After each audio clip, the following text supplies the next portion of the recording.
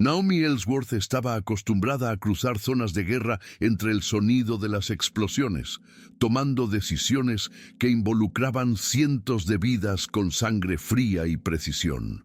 Pero esa húmeda mañana en la Luisiana rural, mientras conducía sola por una carretera secundaria rodeada de plantaciones y silencios incómodos, había algo diferente en el aire. No era miedo. Naomi había aprendido hacía mucho tiempo a no dejarse llevar por él, sino una sutil inquietud que le apretaba el estómago como una advertencia. Llevaba pantalones vaqueros, una camisa de manga larga y gafas de sol. Se hizo pasar por civil, lo cual fue intencional. La misión en curso requería total discreción, sin uniformes, insignias ni aparatos militares. Solo ella, un coche de alquiler y un destino determinado, la base aérea de Barksdale, a poco más de 1 hora de distancia. Su teléfono seguro vibró en la consola. Era hora de conectarse con el Pentágono y confirmar el progreso del plan. Se detuvo en una gasolinera, sencilla y casi desierta, y entró en la tienda para conseguir señal y hacer la llamada. Mantuvo la voz baja y la mirada alerta. Al otro lado del mostrador, Paula, la gerente local, la observaba como si estuviera examinando una amenaza. La mirada de Paula era dura, sesgada por prejuicios tan viejos como el condado. Ella no vio a una mujer cansada que se detuvo para hacer una llamada importante. Solo vio lo que quería ver: una mujer negra, sola, con expresión seria y ropa normal. Sospecha, extraño. «Algo anda mal con ella», murmuró por teléfono mientras marcaba a la policía. Naomi notó el movimiento, pero continuó con su llamada codificada, sin interrumpir el protocolo. No era la primera vez que la juzgaban por su apariencia. Lo que no esperaba fue la rapidez con la que llegó la policía. Menos de 5 minutos después, un coche se detuvo abruptamente junto a la gasolinera. Del vehículo salieron 2 hombres blancos, el sargento Cooper y el oficial Delaney. Naomi colgó el teléfono, respiró hondo y se acercó a los 2 con calma. Ella sabía que su calma era su mejor defensa. «Buenas tardes, caballeros. Puedo explicarles el motivo de mi visita», dijo con la autoridad de quien ha liderado tropas. Pero no había tiempo. Cooper la interrumpió con un gesto brusco de la mano, como si estuviera tratando con un criminal en potencia. Delaney caminó en círculos alrededor del auto de Naomi, fingiendo inspeccionar algo, mientras Cooper exigía documentos en un tono agresivo que no se adaptaba a la situación. Naomi, manteniendo el control, se quitó lentamente su identificación oficial, el único documento civil que llevaba en esta misión, y trató de explicar que estaba en una operación delicada. «Por favor, verifiquen mi identidad en el sistema federal. Me llamo Naomi Ellsworth», dijo con voz firme pero no muy alta.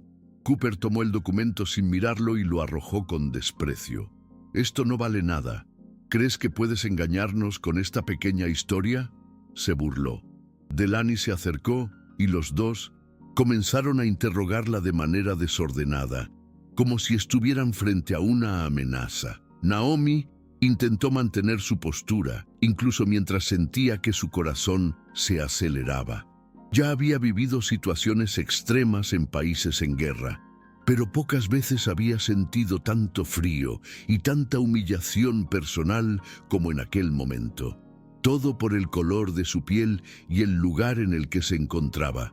En cuestión de minutos, la situación se intensificó hasta un punto absurdo. Naomi fue empujada contra el capó del auto, esposada con excesiva fuerza y colocada en la patrulla ante la mirada de vecinos y camioneros que se detuvieron a observar la escena. Algunos sacaron sus celulares y comenzaron a grabar. «¿Qué hizo esa mujer?», preguntó una señora, mientras otro hombre dijo: «Estaba hablando por teléfono». Noemí no se resistió físicamente, no porque estuviera de acuerdo con la violencia, sino porque sabía que cualquier reacción sería utilizada en su contra. Dentro del coche policial, sintió el hierro de las esposas, lastimar sus muñecas. Pero lo que más le dolía era la certeza de que su palabra, su rango, toda su historia había sido borrada en segundos por dos hombres armados con el prejuicio y el poder local. Ni siquiera pidieron refuerzos, no comprobaron nada, no escucharon. Ellos simplemente juzgaron. Naomi permaneció en silencio, mirando el asiento delantero, tratando de mantener su mente tranquila. Ella sabía que en algún lugar el silencio que había dejado en el Pentágono estaba causando olas, y cuando esas olas llegaran, nada volvería a ser igual. En la comisaría del pequeño condado de Bienville, Naomi fue llevada directamente a una celda sin derecho a lista, sin registro formal de arresto, sin siquiera tomarle las huellas dactilares. Los oficiales continuaron tratando el caso como una contención preventiva de una mujer disruptiva, como señalaron en un informe impreso improvisado. En el fondo, Noemí sabía que el arresto era más simbólico que legal. No la vieron. No vieron a ningún general. No vieron ninguna autoridad. No vieron a una mujer digna de respeto. Solo vieron lo que el racismo les enseñó a ver. Una mujer negra con expresión seria y postura firme era para ellos razón suficiente para usar la fuerza. Naomi estaba sentada en el banco de cemento de su celda, con las muñecas todavía doloridas y su orgullo hecho pedazos. Pensó en su madre, que siempre decía: «Tendrás que ser 3 veces mejor para obtener la mitad de lo que ellos tienen». Y allí, a pesar de ser la mujer de mayor rango en el ejército en ese estado, fue esposada, invisibilizada, deshumanizada, tal como su madre había predicho. Mientras tanto, la ausencia de Naomi del Departamento de Comunicaciones Estratégicas del Pentágono hizo sonar las alarmas. Su última ubicación conocida fue la gasolinera, donde la llamada se cortó abruptamente. En menos de 20 minutos se emitió una alerta de seguridad nacional para el sur de Estados Unidos. Un convoy de la Fuerza Aérea, integrado por oficiales de alto rango, fue enviado con autorización directa del Estado Mayor Conjunto. El nombre Naomi Ellsworth resonó con peso entre los comandantes. Ella no era solo una general. Fue una de las artífices de las nuevas doctrinas de seguridad internacional. Su ausencia inexplicable no solo era preocupante, era una falla de seguridad crítica. El convoy se dirigió a la región con coordenadas precisas, cruzando carreteras y apoyando helicópteros. Noemí, todavía sentada en la celda, mantenía los ojos cerrados, respirando profundamente, tratando de mantener la calma. Ella no sabía que ya era noticia, que circulaban en internet vídeos con subtítulos como «Mujer negra arrestada injustamente por llamar a una gasolinera». Ella no sabía que el país estaba a punto de mirarla de frente. El movimiento comenzó con el sonido lejano de motores más potentes de lo habitual en esa región. En la estación de policía, Cooper y Delaney no sabían que se acercaba la tormenta. Estaban ocupados riéndose entre ellos, comentando cómo esa mujer presumida ahora aprendería a no actuar tan inteligentemente. Naomi, al oír la aproximación de vehículos y helicópteros, levantó ligeramente la cabeza. Su instinto militar reconoció inmediatamente el patrón de desplazamiento táctico. Fue una llegada coordinada, calculado con precisión. En cuestión de segundos, comenzaron a sonar sirenas no locales, seguidas de la entrada abrupta de 3 vehículos blindados con insignias de la Fuerza Aérea. Oficiales armados acudieron al lugar exigiendo acceso inmediato a la estructura. Un comandante federal de rostro severo entró en la recepción de la estación y se presentó con credenciales irrefutables. «¿Está la general Naomi Ellsworth detenida aquí? Exigimos acceso inmediato y su liberación incondicional». El silencio que se apoderó de la comisaría fue casi tan violento como la llegada de los vehículos blindados. Cooper palideció y Delany se quedó paralizado. El nombre le sonaba familiar, pero solo lo entendieron realmente cuando los oficiales caminaron por el pasillo y se detuvieron frente a la celda donde estaba sentada Naomi. El comandante la miró y luego a los oficiales. ¿La mantuvieron aquí sin verificar su identidad? ¿Sin consultar el sistema federal? ¿Sin comunicarse con el Pentágono? La voz era áspera, pero contenida. Naomi se puso de pie derecha sin mostrar signos de estar conmocionada. Era la misma expresión que mantenía en las operaciones de campo, incluso cuando todo parecía desmoronarse a su alrededor. El comandante se acercó y dijo en voz baja: «General, ya estamos aquí. Ya está a salvo». Naomi asintió, pero no respondió. Aún no. Observó a Cooper y Delany con una aguda serenidad, como si supiera que a partir de ese momento la vergüenza cambiaría de bando. Afuera ya empezaba a formarse una multitud. El vídeo del arresto de Naomi había alcanzado millones de visitas en menos de una hora. Las imágenes muestran claramente la agresividad, los gritos, la falta de justificación. Grupos de derechos civiles, periodistas independientes y residentes locales comenzaron a rodear la estación de policía exigiendo explicaciones. Sacaron a Naomi de la celda en silencio, pero todos los ojos estaban puestos en ella. Algunos aplaudieron, otros simplemente observaron en silencio, impactados por la revelación de quién era realmente.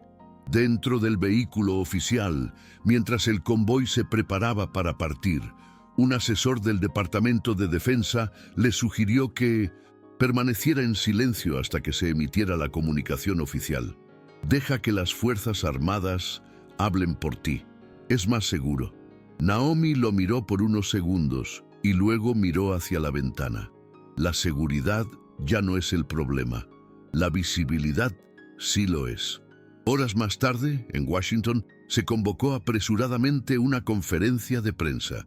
Noemí tomó el púlpito sin uniforme, sin medallas, solo con la postura de quien carga el peso de una historia demasiado larga y que está siendo ignorada. Cuando empezó a hablar, la sala quedó en silencio. Hoy hablo no solo como soldado, hablo como ciudadana de este país, como mujer negra, como alguien que ha dedicado su vida a proteger a una nación que aún no ha aprendido a proteger a sus propios ciudadanos. Sus palabras no fueron leídas, nacieron de un dolor antiguo, ahora reordenadas en oraciones directas. Cuando dos hombres armados me lanzaron contra un coche sin siquiera oír mi nombre, no fue a mí a quien esposaron, fue la verdad a la que se negaron a enfrentar. Fue el sistema que dejaron claro, un sistema que solo respeta la autoridad cuando se trata de un color de piel específico. El país observó en tiempo real y por primera vez muchos se sintieron expuestos.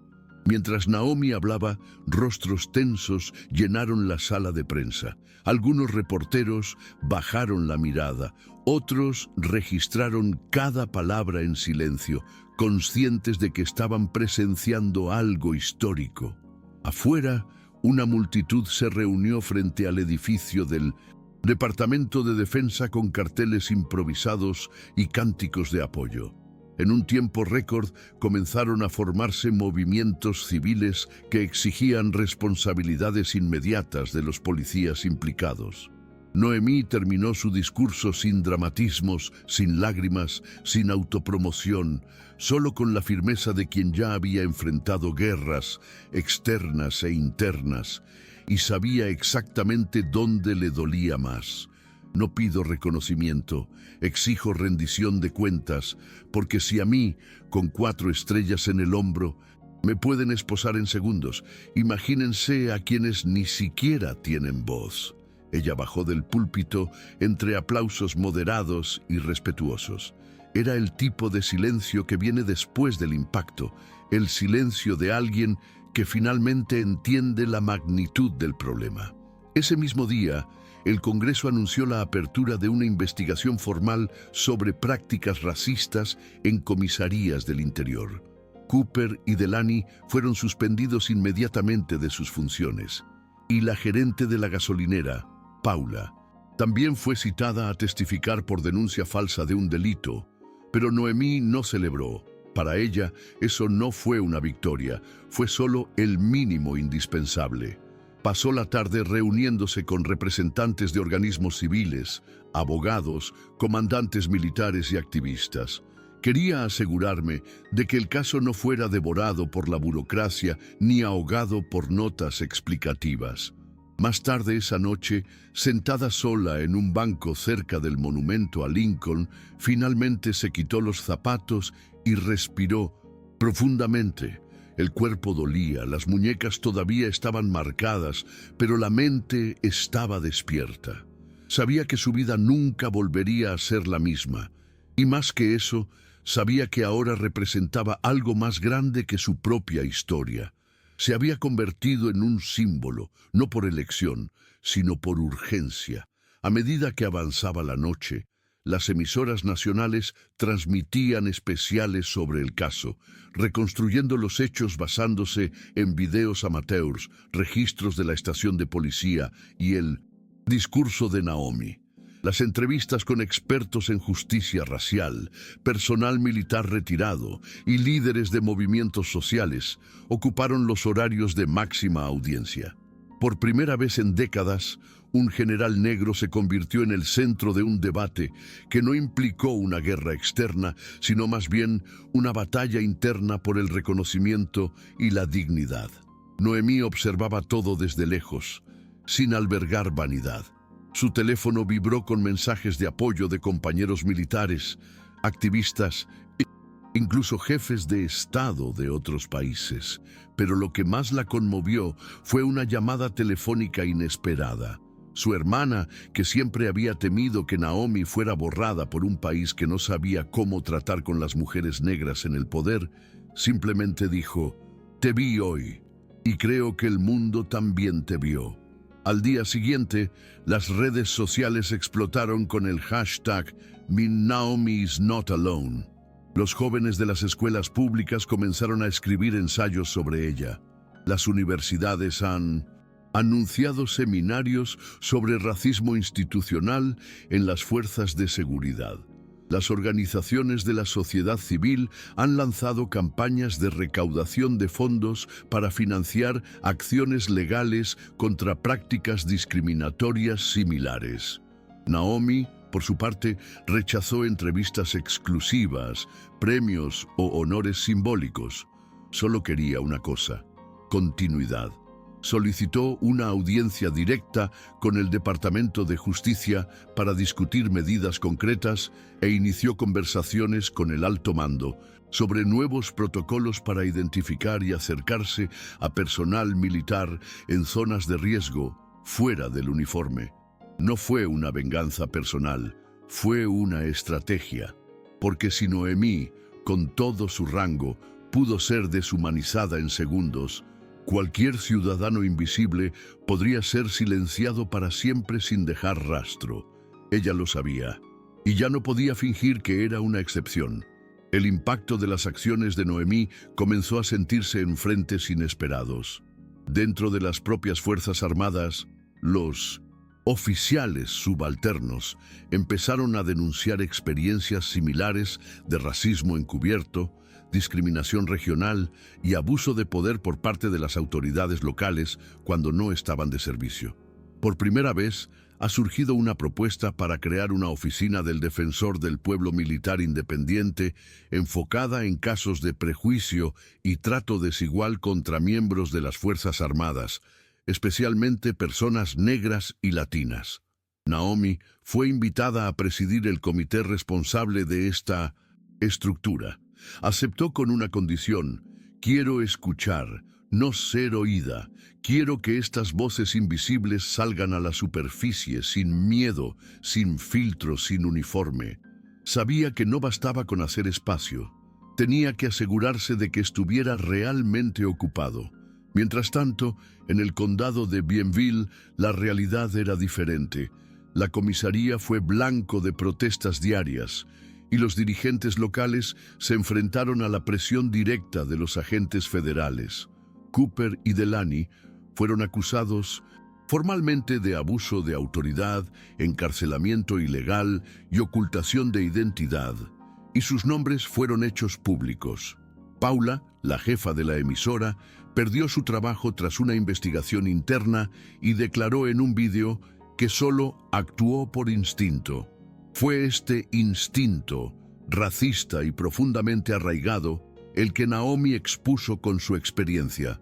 No solo el instinto de Paula, sino el de todo un sistema que ha enseñado a generaciones a desconfiar de las mujeres negras, incluso cuando son ellas las que tienen el mayor grado de responsabilidad y competencia. Naomi nunca volvió a cruzarse con ninguno de ellos. No quería confrontación ni venganza. Lo que quería era justicia sistémica, y comenzó a trabajar en ello al día siguiente con la misma disciplina con la que organizaba las estrategias de combate.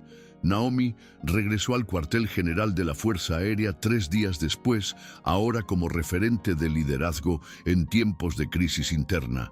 No hubo fanfarrias ni recepción oficial, pero la mirada de sus subordinados transmitía una nueva reverencia, no por el puesto, sino por el coraje de enfrentar lo que muchos evitaban: su propio país cuando éste le falla al suyo.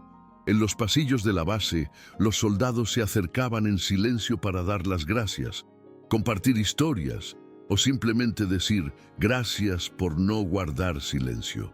Noemí escuchó a cada uno atentamente, sin interrumpir, anotando nombres, lugares, patrones. Eso era lo que mejor hacía: leer el escenario, mapear las vulnerabilidades y actuar estratégicamente. Ahora, la misión era diferente, la guerra fue diferente, pero ella estaba más preparada que nunca. Ese mismo día, escribió una carta abierta publicada en el sitio web oficial de las Fuerzas Armadas. Sin tecnicismos, sin frases ensayadas, solo la verdad. Me esposaron por ser negro y me liberaron por ser general. Lo que me salve no debería ser mi posición, sino mis derechos. Y eso aplica a todos los ciudadanos de este país. La publicación fue compartida por miles de militares en servicio activo y veteranos, muchos de los cuales nunca habían hablado públicamente sobre cuestiones raciales. La carta se convirtió en material didáctico en los entrenamientos internos y motivó la revisión de las pautas de conducta de las fuerzas policiales estatales en colaboración con el Departamento de Defensa. Naomi se mantuvo en el centro de este movimiento, pero siempre reforzando: no estoy haciendo historia, estoy corrigiendo una omisión. Cada reunión, cada plan, cada medida concreta era parte de su nueva rutina. Había vivido un día de humillación, sí, pero decidió convertir ese día en un punto de inflexión para todos. A última hora de la tarde, después de una serie de reuniones estratégicas, Naomi se tomó un tiempo a solas en su oficina. Se sentó frente a la ventana, observando la base militar en movimiento. Los helicópteros despegaron, los soldados se entrenaron, los camiones cruzaron el patio con precisión. Era el mismo escenario, todos los días, pero por dentro, todo en ella había cambiado. El episodio de la prisión no la hizo más frágil. Reveló una fuerza que ni siquiera sabía que tenía. Por primera vez en años, se permitió sentirse vulnerable sin miedo, no como debilidad, sino como signo de humanidad. Pensó en todo lo que podría haber pasado si él no hubiera sido quien era. Pensó en las muchas mujeres negras que no tienen uniforme, ni rango, ni voz, y que son silenciadas cada día por miradas, juicios y esposas nadie ve. Naomi decidió que su siguiente paso sería fuera de las salas de control. Tenía previsto visitar escuelas públicas, hablar con los jóvenes y mostrarles que la autoridad y el respeto no son privilegios exclusivos de quienes visten uniforme. Fue necesario construir una nueva cultura desde temprana edad, una cultura que reconociera la dignidad como un derecho, no como una concesión. Cuando se anunció esta decisión en una reunión con otros generales, hubo silencio, no de desaprobación, sino de desconcierto. Fue inusual, fue audaz, pero nadie lo cuestionó, porque Noemí ya había demostrado, con hechos, que el verdadero mando no está en el tono de voz ni en las insignias de oro. Él está dispuesto a actuar cuando todos los demás prefieren el silencio. Y en ese momento ya no pertenecía solo al ejército, pertenecía a la historia que valientemente había elegido escribir. A la mañana siguiente, Naomi se despertó antes del amanecer, como siempre lo había hecho desde sus días de cadete. Pero algo era diferente. Había una paz tranquila entre la primera luz del día y el sonido distante de las turbinas de la base. Se vistió de civil, cogió un pequeño cuaderno y se fue sin hacer alarde. Su destino era una escuela estatal en las afueras de Shreveport, donde niños negros y latinos crecieron rodeados de las mismas ideas que una vez intentaron silenciar a la mujer que ahora caminaba hacia ellos. Cuando entró al aula, todos la miraron con sorpresa. Una de las muchachas, con trenzas y ojos atentos, preguntó: ¿Es usted ese general? Naomi sonrió con calma y respondió: Yo también fui desacreditada, pero nunca dejé que nadie decidiera dónde estaba. Durante una hora, habló a los estudiantes como si hablara consigo misma, compartiendo no medallas, sino heridas, y cómo decidió abordarlas con acción, no con ira. Al salir de la escuela, Naomi miró hacia el cielo abierto y sintió que el peso del día anterior se transformaba en propósito. No había vuelta atrás. Sabía que, a partir de 1900, cada paso que diera sería observado, comentado, politizado. Pero no importaba. El momento de su arresto no sería el final de una carrera brillante, sino más bien el comienzo de un nuevo capítulo, uno en el que su lucha ya no se libraría en territorio extranjero, sino dentro de las fronteras que había jurado proteger. El nombre Naomi Ellsworth ha llegado a representar más que solo una general. Se convirtió en el símbolo de una verdad que durante mucho tiempo permaneció en silencio. Y ahora, con su voz, sus pasos y su firmeza, esta verdad por fin caminaba libre.